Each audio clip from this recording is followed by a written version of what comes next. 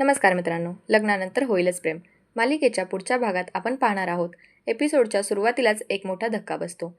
जीवाची तब्येत गंभीर असते आणि पार्थ व नंदिनी त्याला हॉस्पिटलमधून घरी घेऊन येतात. जीवा स्ट्रेचरवर असतो. तो बेशुद्ध अवस्थेत असतो आणि त्याला खूप ताप आलेला असतो. हे सगळं पाहून मानिनी घाबरते आणि लगेच विचारते, काय झालं नक्की फार्म हाऊसवर. मानिनी नंदिनीवर संतापते. ती तिला ठणकावून सांगते की मी तुला आधीच सांगितलं होतं ना, जीवाला आगीपासून दूर ठेव, त्याला धोका आहे. पण नंदिनीनं तिचं ऐकलंच नाही.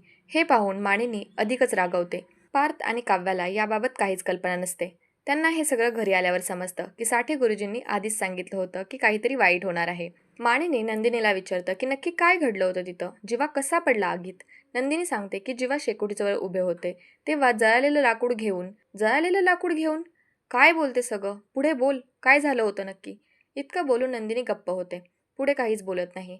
मानिनी मात्र तिला ओरडून विचारते, जीवासोबत तिथं कोण कोण होतं सांग मला. काव्या सांगते की मिथुन काका तिथे होते. तेव्हा पार्थ म्हणतो की मिथुन काका माझ्या नंतर आले, पण काव्या सांगते ते आधीच तिथे होते. हे ऐकून मानिनी काव्यावर नाराज होते, पण तिचा सगळा राग नंदिनीवरच असतो.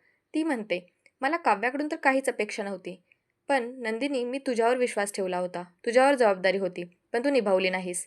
शेवटी मानिनी ठामपणे निर्णय घेते की ती नंदिनीला जीवापासून लांब राहायला सांगते. ती म्हणते, आजपासून तू जीवाच्या आजूबाजूलाही दिसू नकोस. आता त्याची पूर्ण जबाबदारी मी घेणार. नंदिनी खूप रडते, पण मानिनी तिचं काहीच ऐकत नाही. हे सगळं पार्थ पाहत असतो. तो आईला समजावण्याचा प्रयत्न करतो. आई, काय करतेस तू हे? नंदिनी जीवाची बायको आहे आणि हे सगळं कुणाचं एकट्याचं चुकलंय असं म्हणता येणार नाही. पण मानिनी तयार नसते काही ऐकायला. तिला वाटतं की हे सगळं नंदिनीनं जाणीवपूर्वक दुर्लक्ष केल्यामुळे झालं आहे आणि त्यामुळे जीवाच्या जीवावर बेतलं आहे. तर मित्रांनो, यावर तुमचं मत काय आहे? जीवाने घेतलेला निर्णय योग्य होता का? नंदिनी खरंच दोषी आहे का? मानिनीचं वागणं योग्य आहे का? हे सगळं तुम्ही कमेंटमध्ये आम्हाला नक्की सांगा. व्हिडिओ आवडला असेल तर लाईक करा, शेअर करा आणि आपल्या चॅनलला सबस्क्राईब करायला विसरू नका. पुन्हा भेटू पुढच्या एपिसोडला. धन्यवाद.